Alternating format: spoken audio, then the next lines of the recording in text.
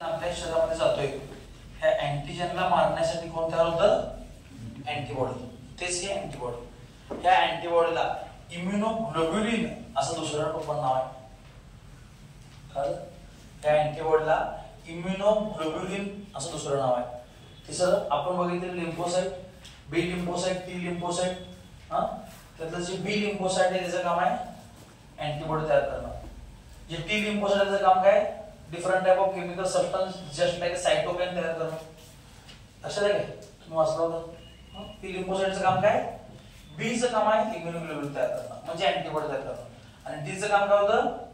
Different types of chemical तयार करणं. लक्षात आहे? जरा आठवलं लागले? हा, मग काय असतं? ह्याचे परत 5 प्रकार पडतात. IgG, IgA, IgM, IgD आणि IgE. समजलं? These are the types of immunoglobulins. These are nothing but types of antibodies. ठीक आहे? हे 5 प्रकारचे असतात फक्त.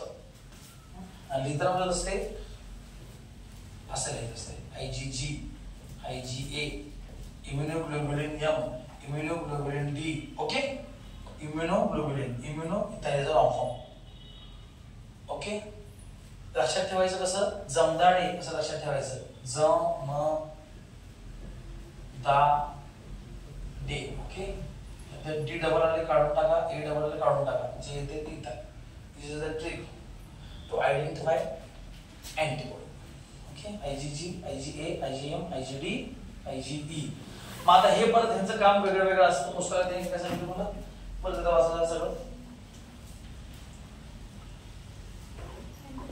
Antibodies are the glycoproteins. Glyco म्हणजे ग्लुकोज, प्रोटीन म्हणजे प्रोटीन. ग्लुकोज आणि प्रोटीन पासून तयार झालेला आहे. Which are highly specific to the specific antigen. ठराविक अँटीजनला ठराविक अँटीबॉडी तयार होणार आहे. प्रत्येक वेळी काय IgG तयार होणार नाहीये, प्रत्येक वेळी काय IgA तयार होणार नाहीये. कारण ठराविक अँटीबॉडीला सॉरी अँटीजनला हा तयार होणार, ठराविक ह्याला हा होणार, ह्याच्यासाठी हा नाही होणार. ह्याचा अँटीजन वेगळा आहे, ह्याचा अँटीजन वेगळा आहे, ह्याचा अँटीजन वेगळा आहे, ह्याचा अँटीजन वेगळा नाही, ह्याचा आहे. म्हणजे दीज आर स्पेसिफिक. ओके? हा, पुढं these are also known as immunoglobulin. पुढं produced in response to antigenic stimulation. म्हणजे अँटीजनचं हे झाल्यानंतरच अँटीबॉडी तयार होणार आहे. पुढं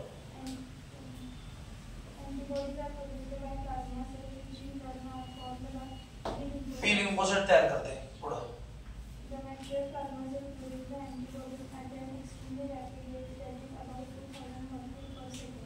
2000 मॉलिक्यूल पर सेकंद एवढ्या स्पीड नाही तयार होतात तिथं चालू व्हायला लागल्यानंतर. ओके? हा हा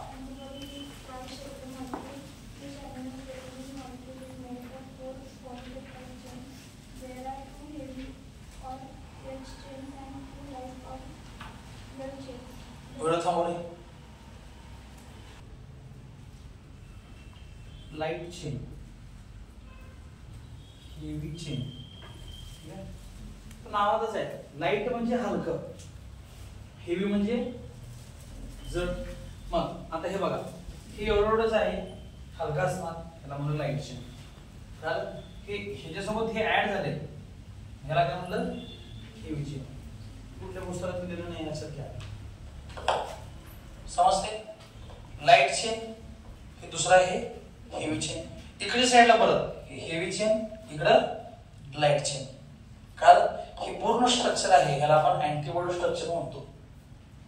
समजायला लागले? ह्याच्यामध्ये काय काय असणार आहे? 2 हेवी चेन मधले, 2 light chain. Any doubt? Clear? Light is earth, light he light नसते. लाईट इज अर्थ हलकं फुलकं. Okay? Antibody structure consists of 4 chain. That is 2 light chain, 2 heavy chains. Okay? आता हे आणि हे जोडून राहायला पाहिजे. मग ह्याच्यामध्ये हे सल्फाइड बॉन्ड आहेत. सल्फर काय करते? या दोघांना जोडून ठेवलं. आता ह्याला आणि ह्याला पण जोडून ठेवायला पाहिजे. इथं पण यस म्हणजे हे पण सल्फाइड बॉन्ड आहे. ह्या दोन्हीच्या मध्ये पण सल्फाइड बॉन्ड आहेत. थोडक्यात सल्फाइड बॉन्ड काय काम करतात? चेन एकत्र ठेवायचं काम करतात. म्हणजे लाईट आणि हेवी चेन एकत्र ठेवायचं, हेवी आणि हेवी ठेवायचं आणि हेवी आणि लाईट ठेवायचं. कोण करतं? इथे कुठं लिहिलं असेल डायसल्फाइड बॉन्ड, हा ते लिहिलं बघा. ओके, स्पेलिंग चुकले जरा लक्षात ठेवा. समजलं? आता हे बघा, इथून इथपर्यंतचा भाग आणि त्यानंतर हा इथून इथपर्यंतचा भाग, याला म्हणायचं कॉन्स्टंट रिजन. कॉन्स्टंट म्हणजे चेंज न होणारा रिजन. कुठला? चेंज न होणारा. आता सगळीकडे जो चेंज होतोय तो हा चेंज होतोय, त्याला म्हणायचं व्हेरिएबल रिजन. कुठला? दुसरा कुठला होता?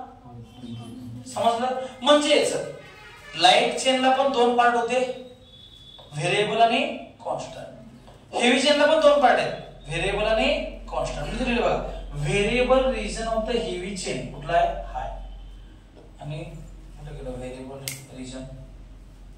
इथे लिहा variable region of light chain. कळलं? हा हेवी चेनचा, हा लाईट चेनचा व्हेरिएबल रिजन. याला पण मी डॉट डॉट डॉट दाखवतो. समजायला नाव काय कसे ठेवायचे? मिसबा समजलं? काय काय नाव सांग? लाईट चेन, हेवी चेन चार असतात. आणि त्याच्या परत काय करतात? हेवी चेनचे दोन पार्ट पडतात, व्हेरिएबल आणि कॉन्स्टंट. लाईटचे पण दोन आणि व्हेरिएबलचे पण दोन पडतात. समजलं? जरा जरा. आता फरक काय मग सर नेमका याच्यामध्ये? फरक आहे आता हे पण जरा सेम करतो म्हणजे समजून जाईल. This is the constant region of light heavy chain, this is the constant region of light chain. Okay. आणि सगळ्या अँटीबॉडी मध्ये बघितलं तर हा सगळा पार्ट थोडा सेम आहे कॉन्स्टंट रिजनचा. चेंज आहे तो व्हेरिएबल आहे. कळलं? आणि आपण काय म्हणलं? अँटीजनला मारण्यासाठी अँटीबॉडी. मग अँटीजनला कुठे जागा पाहिजे की? मग हा अँटीजन इथं बसतोय असे. समजलं? कुठे बसतोय? हा अँटीजन आहे समजा, हा जंतू आहे एक. ओके. मग ही अँटीबॉडी त्याला अटॅच करते, जस्ट लाईक दॅट. ओके. मग अशा प्रकारचा अँटीबॉडी आला, अँटीजन आला, मग तशा प्रकारचे ते साईट असतात. तिथे काय असणार? मग हे गोल असणार, इथे येऊन बसणार. कोण? अँटीजन. कळलं? म्हणून आपण म्हणलं इट इज अ स्पेसिफिक. वाक्य म्हणतात आपल्याला कुठल्या प्रकारचा अँटीजन आहे त्या प्रकारच्या अँटीजनला मारण्यासाठी त्या प्रकारचा अँटीबॉडी. समजलं ते वाक्याचा अर्थ काय? मग अशा प्रकारचा अँटीजन आहे, मग काय असणार? इथं हे असं असणार. आता समजलं? मग ह्याला एकाला तुम्ही आयजीजी म्हणा, एकाला आयजीए म्हणा, आयजीएम म्हणा, चालेल. कळत? जरा जरा नाव पाठच करायची. काय काय? Light chain, heavy chain. काय अवघड आहे? दोन लाईट चेन, दोन हेवी चेन. लाईट चेन आणि हेवी चेनला पण परत डिवाइड केलं जातं variable region, constant region. Variable region, constant region. सल्फाइडने त्यांना जोडून ठेवलं जातं. कळलं? आणि मध्ये तिथे अँटीजनला अटॅच करण्यासाठी अँटीजन बाइंडिंग साइट आहे. Antigen binding site. इथं कसं असतं तसंच इकडे पण असतं. दोन्ही साईडला वेगळं वेगळं नाही, इथं दोन्ही साईडला सेमच जागा असणार आहे. ओके. थांबा बोलू.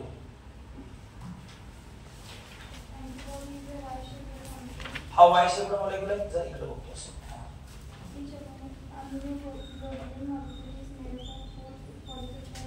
चार पॉलिमर चेन आहेत. काय सांगितले?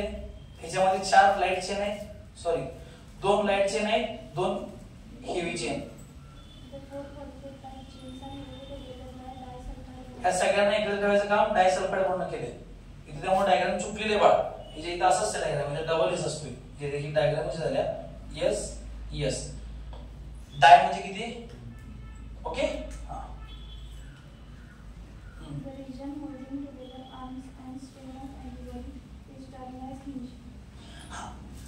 आता हे पार्ट बघा तुम्ही. हा इथं वेगळा दिसतोय, हा वेगळा दिसतोय, बरोबर आहे? या दोघांना जोडून ठेवणारा जो भाग आहे याला इथं हिंज असं म्हणतो आपण. कळलं? हा.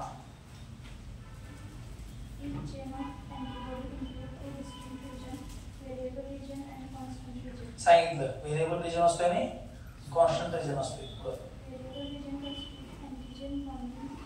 व्हेरिएबल रिजन तिथे काय आहे, अँटीजन बाइंडिंग साइट आहे. दाखवलं मी तुम्हाला, साइट सगळ्या वेगळ्या वेगळ्या करून दाखवलं. हां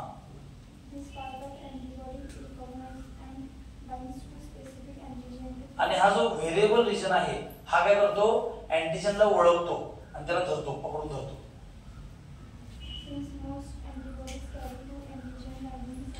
आणि काय, दोन अँटीजन बाइंडिंग साठी इकडे एक आणि इकडे एक.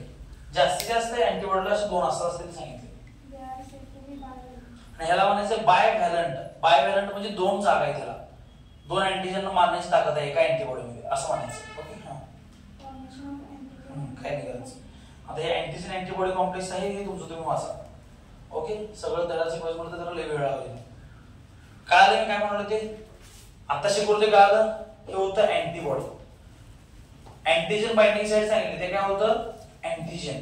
मग हे बाइंड कसं होतं हे बघ ना, हे पुढच्या तुम्ही पूर्ण पॅराग्राफ मध्ये वाचायचं. ह्याच्याबद्दल डाऊट मी उद्या तुम्हाला सांगेन. डाऊट असतील तर, नसेल तर वेळ प्रोसेस फर्दर. कळाले, तुम्ही वाचा सगळं समजेल. कारण मी सगळं फोडून सांगितले कोण कशासाठी आहे. तर मग घरात गेल्या गेल्या वाचला समजणार, नाही वाचला तर मला फोन करायचं आहे. ओके मग त्याच्यानुसार काय असतं, तिने उदाहरण सांगताना बऱ्याच उदाहरणं सांगितलं असतं. Blood group, human blood group म्हणते ए बी आणि ओ असे रक्ताचे आपले 4 रक्तगट असतात.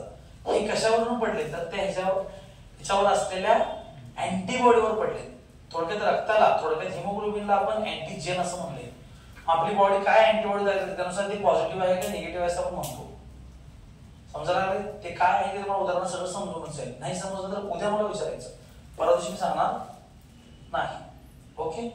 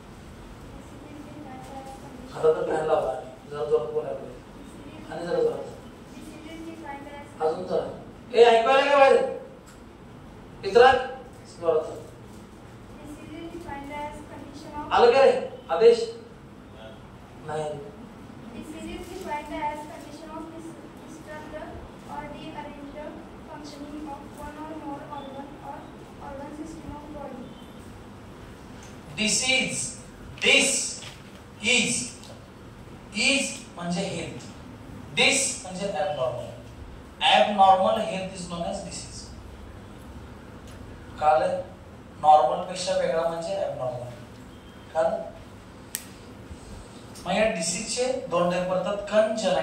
कंजनायटल म्हणजे बाय बर्थ, जन्मापासून जे आजार असतात त्याला कंजनायटल असं म्हणतात. जन्मापासून जे आजार असतात ते शक्यतो नीट होत नाहीत, नीट व्हायची शक्यता फार कमी असते.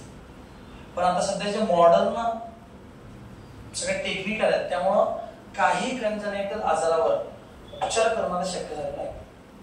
ठीक आहे, अदर होमिओपॅथिक उपचार आपण घेऊ शकतो. ओके, त्यानंतर सेकंड आहे ॲक्वायर्ड. ॲक्वायर्ड म्हणजे काय, जन्मानंतर जे आजार होतात त्याला ॲक्वायर्ड म्हणतो. त्याचे परत 2 प्रकार पडतात, कम्युनिकेबल आणि नॉन कम्युनिकेबल. कम्युनिकेबल म्हणजे काय, कम्युनिकेशन म्हणजे काय, व्हॉट इज कम्युनिकेशन. कम्युनिकेशनचा अर्थ काय, कम्युनिकेशनचा अर्थ संपर्क. तुम्ही मला कम्युनिकेट करा म्हणजे तुम्ही मला संपर्क साधा, फोन लावा मला, कारण किंवा तुम्ही मला तिथे कम्युनिकेट करा, तिथे मला भेटा. कम्युनिकेशनचा अर्थ होतो संपर्क. संपर्कामुळे जे आजार होतात त्याला म्हणायचं कम्युनिकेबल. फॉर एक्झाम्पल सध्या शिरोमणी डेंग्यूची साथ होती, ऐकलं असेल तुम्ही. ते जाऊन नकोस डेंग्यू होईल, अरे तुझ्यापाशी बसू नका, चिकनगुन्या होईल तुम्हाला, सांगा लोक असं म्हणतात ते. म्हणजे एकापासून दुसऱ्याला जो आजार पसरतो त्याला म्हणायचं कम्युनिकेबल डिसीज. आणि एकापासून दुसऱ्याला जो होऊ शकत नाही त्याला म्हणायचं नॉन कम्युनिकेबल डिसीज. कॅन्सर आहे समजा, एखाद्या माणसाला आहे, आपण बघायला गेलो त्याच्यापासून आपलं होऊ शकत नाही. कळलं मी काय म्हणालो ते? आणि आता आपण ते प्रोटीनचे आजार बघितले बघा मध्ये, हा फाशलकोर मरायसमस ते आपण बघितले काय? हा अच्छा अच्छा. तर ते सगळं प्रोटीनचे कमतरतेपणामुळे होते. ते काय डिफिशियंसी, ते काय कुठल्या जंतूमुळे होणार होते काय नाही. समजलं? जे एकापासून दुसऱ्याला पसरतात ते कम्युनिकेबल, एकापासून दुसऱ्याला पसरू शकत नाही त्याला म्हणायचं नॉन कम्युनिकेबल. आता एकापासून दुसऱ्याला पसरणं म्हणजे आजार कशामुळे होतो, याची कारण बरेच वेळ सांगत असतो. एक तर बॅक्टेरियामुळे होतो, व्हायरसमुळे होतो, फंगसमुळे होतो किंवा पॅरासाइटमुळे होतो. थोडे जंतू आहेत, हे मायक्रो ऑर्गॅनिझम्स आहेत. Disease causing organism is known as pathogen. Pathogen याचा अर्थ काय? जो आजारी पडतो तो. मग आजारी कोण पडतात? इथं आहेत ते. कोण कोण आहे? बॅक्टेरिया, फंगस, व्हायरस आणि पॅरासाइट. या पॅरासाइटला बाहेर आपण घेऊ शकतो किंवा वेगळं करू शकतो आणि तीन तर मेनच आहे. ओके. आता एखादा आजार आहे बॅक्टेरियामुळे होणार आहे तुम्हाला, तो डायरेक्ट करत नाही, कोणामार्फत तर करतो. काय म्हणलो मी काल? आता फॉर एक्झाम्पल आपल्याला डेंगू कोणामुळे होतो? डासामुळे. डेंगू कोणामुळे होतो? वाचा डेंगू. डेंगू मध्ये जावा डेंगू मध्ये जावा. मलेरिया म्हणून डेंगू आहे. गेला तिथं कुठं तुम्हाला डेंगू दिलाच नाही.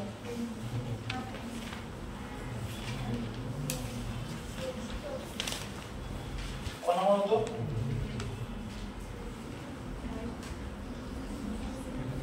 डेंगू होतो डेंगू व्हायरसमुळे, डासामुळे पसरतो असं आहे त्यात वाक्य. काय? Dengue is caused due to dengue virus. Dengue virus is present in a female Anopheles. काय सांगितलं? कुठं mosquito? Sorry, Aedes mosquito. Anopheles वेगळा आहे. एडिस मॉस्किटो नाव आहे. हा जो डास आहे, ह्या डासाला म्हणायचं व्हेक्टर. डासामार्फत पसरतो. पसरला कोण? हा डेंगू व्हायरस पसरला आहे. लक्षात घ्या, वेगळी गोष्ट आहे. कारण तो व्हायरस त्या डासाच्या पोटामध्ये जातो. आता फॉर एक्झाम्पल एक चिकन इकडे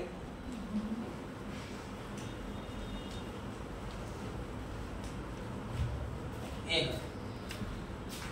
मग आता काय झालं? या शरीरामध्ये सगळे चिकनगुन्याचे अँटीजन आहे. कोण आहेत? अँटीजन. एक डास येणार, हिला चावणार. मग तो अँटीजन लहान बारका मोठा न झालेला हिच्या रक्तात ना कोणामध्ये गेला? डासामध्ये गेला. किंवा आपण डेंगू घेऊया, डेंगू व्हायरस आहे समजा, तर काय होणार? डेंगू व्हायरसच्या रक्तात आहे, तो डास चावणार आणि डासाच्या पोटात जाणार. तो डेंगू व्हायरस अर्धवट तिच्या पोटात मोठा होणार. कोणाच्या? डासाच्या.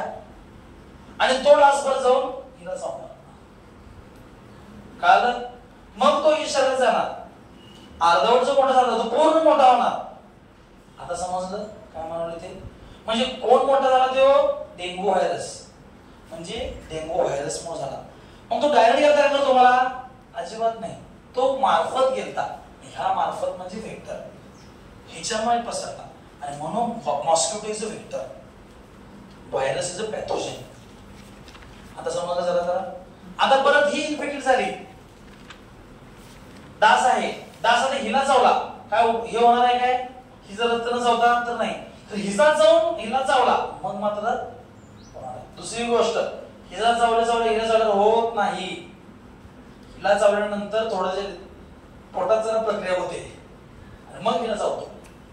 आता समजलं जरा थोडं. आणि म्हणून गप्पी मासे पाळा, हिवताप टाळा. ऐकलंय का तुम्ही? हिवताप म्हणजे मलेरिया.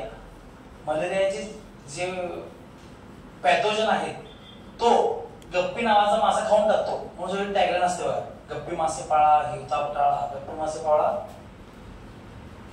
हिवताप टाळा. समजलं काय काय ते?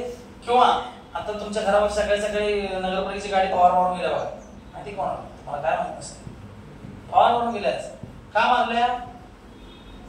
मॉस्किटो व्हेक्टरला मारायचे त्यांना.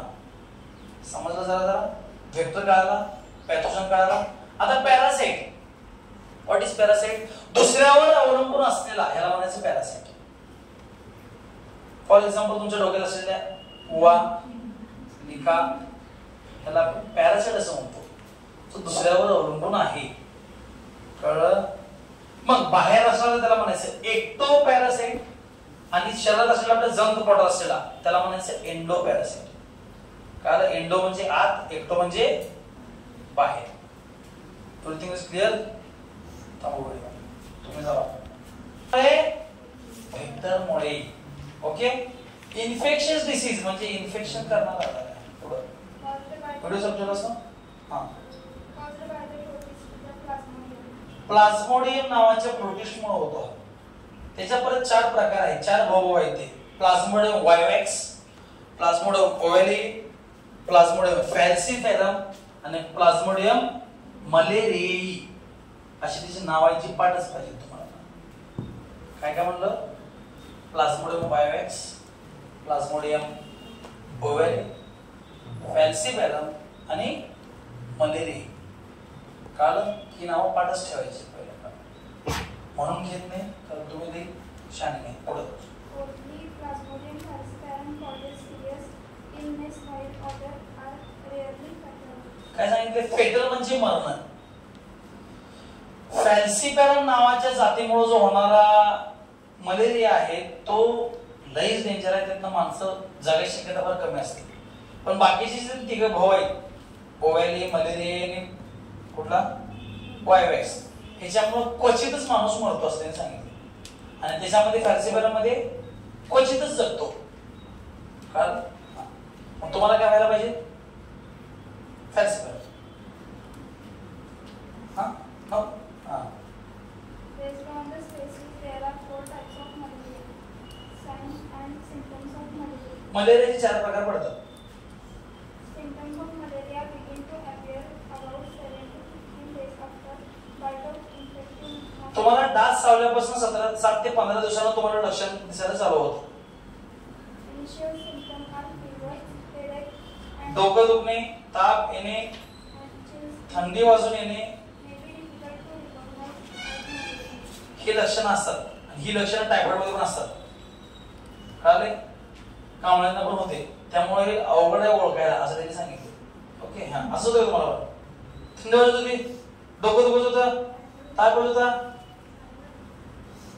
बर, कॉन्टॅक्ट सिद्ध केलं होमिओपॅथी फॉर मोर डिटेल्स. हां. Classical symptoms of malaria is cyclic occurrence of high fever followed cyclic occurrence म्हणजे 12 वाजता, 4 वाजता, 8 वाजता दररोज यायलाच लागणार. सायकल कशी करते? गोल, जसं गोल फिरून होतोय असं म्हणायचं. हां. by sweating and sudden shivering. Classical symptom. हां. Cyclic occurrence of high fever followed by sweating, घाम येतोय, अँड सडन शिवरिंग आणि लगेच थंडी वाजायला चालू होत्या. Such entire episode last for 4 to 6 hours and recover every 2 days or 3 days. काय सांगितलं तिने? दर 4 ते 6 तासाला ताप येतोय, घाम येतोय, थंडी वाजत्या, परत चालू होते. हे सगळं सांगितलं. हां. Vomiting and convulsions. काय होतं नंतर? उलटी येत्या आणि बेशुद्ध. कन्व्हर्जन म्हणजे फेफरे येणे. व्हॉट इज फेफरे? No conversion. विचार दॅट इज कन्व्हर्जन. हां. Arthrophobia, sorry arthralgia. What is arthralgia? Arthralgia joint pain आहे ना तुला? हात पाय joint. Arthralgia. Anemia due to Arthra is a Greek word which means joint.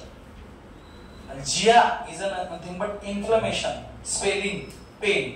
Okay? हां. anemia due to rupturing of RBCs. आणि हे काय होते? ही जंतू आपल्या आरबीसी वर जाऊन अटॅक करते. त्यामुळे आपले आरबीसी रेड ब्लड सेल कमी व्हायला जातात. म्हणजे फुटतात आणि कमी होतात असं म्हणायचं. हिमोग्लोबिनुरिया. युरिया म्हणजे लघवी. हिमोग्लोबिन म्हणजे हिमोग्लोबिन रक्तामध्ये जे फुटलेलं रक्त आहे, हिमोग्लोबिन आहे ते रक्तामध्ये जाते. त्याला म्हणायचं हिमोग्लोबिनुरिया. हिपेटोमेगॅली. हिपेटो म्हणजे लिव्हर, मेगॅली म्हणजे मोठं होणं तुमच्यासारखं. हिपेटोमेगॅली म्हणजे लिव्हर मोठं होणं. हां.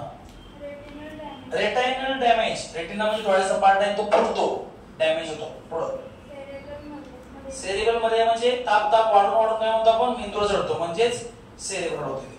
Okay, these are nothing but some symptom. Nausea, पहिला ताप येतोय, चिल्स येतात, फीवर येतात, वॉमिटिंग होतंय, लिव्हरला सोस येतात, आरबीसी फुटतात, युरिया लगेचनं बाहेर जातात, ताप लय वाढला तर डोक्यात असं डोक्यात ठेवायचं सगळं. Okay, these are some symptom. Stop.